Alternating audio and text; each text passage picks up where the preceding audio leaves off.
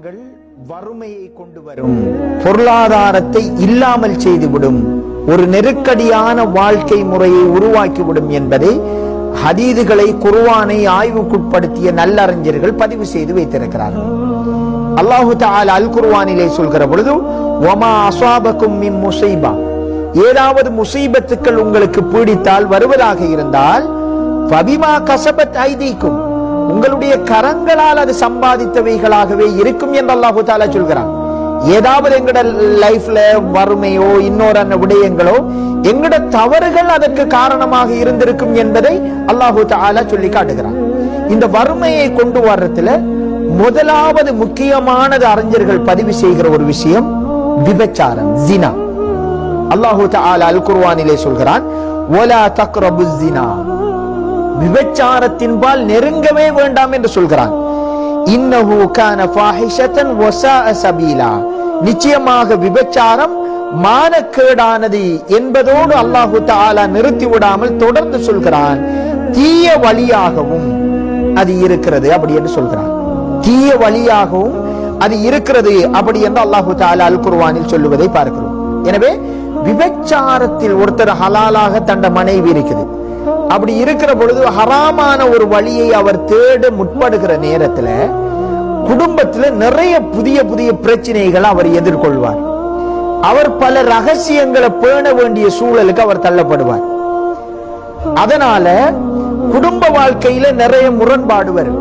இப்ப வீட்டு சூழல்ல ஒருத்தர் 2000 ரூபாய் செலவழிக்கிறார் என்று சொன்னா, ஒருத்தர் விபச்சாரத்தில் ஒரு பெண்ணோடு தவறான உறவில் இருக்கிறார் என்று சொல்கிற பொழுது அந்த இடத்துல 4000 ரூபாய் 8000 அன்லிமிட்டெட் பேக்கேஜ் செலவழிச்சுட்டே இருக்கணும். இவர் அந்த இடத்தை திருப்திப்படுத்துறதுக்கு கடன் அது இதுன்னு சொல்லி ஹராமான சம்பாத்தியங்கள் என்று எந்த லெவலுக்கும் இறங்கிடுவார், அடிமையாகிடுவார்.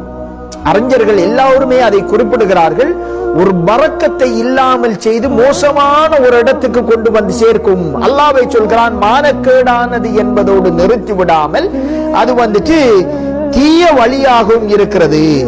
கேடு கெட்ட பல வழிகளை அது கொண்டு வரும். ஒன்று உடலியல் ரீதியானது, புதிய புதிய வகையான நோய்கள் அல்லாஹ் பாதுகாக்க வேண்டும், அந்த மாதிரி வரும்.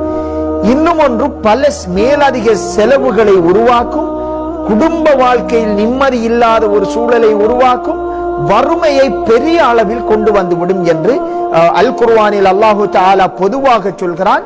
அறிஞர்கள் பலருடைய வாழ்க்கையை ஆய்வுக்குட்படுத்தி சலபுகளுடைய கருத்துக்களை வைத்து இந்த கருத்தை பதிவு செய்வதை பார்க்கிறோம். எனவே விபச்சாரம் என்பது பரக்கத்தை இல்லாமல் ஆக்கிவிடும். அல்லாஹு தஆலா இந்த பாவத்தில் இருந்து, இதற்கான சூழ்நிலைகளில் இருந்தும் எங்களை அல்லாஹு தஆலா பாதுகாக்க வேண்டும்.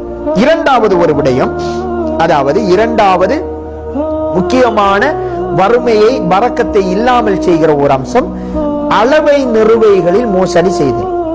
இத பெரும்பாலும் வியாபாரிகளோட மட்டும் நம்ம சுருக்கிக் கொள்றோம். பேச்சுக்கள்ல நியாயம் இல்லாமல் கூடுதல் குறை வச்சு பேசுறது, உறவாடுகிற பொழுது அந்த மாதிரி நடந்து கொள்றது. அல்லாஹு தஆலா அல் குர்ஆன்ல சொல்றான், வயலுல் லில் முத்தஃபிஃபீன், அளவை நிறுவைகளில் மோசடி செய்பவர்களுக்கு கேடுதான் என்று சொல்கிறான். அவர்கள் மக்கள்கிட்ட இருந்து வாங்குற பொழுது நிறைவாக வாங்குறாங்க, இவங்க மக்களுக்கு கொடுக்கிற பொழுது என்ன பண்றாங்க, குறைவாக கொடுக்கிறாங்க.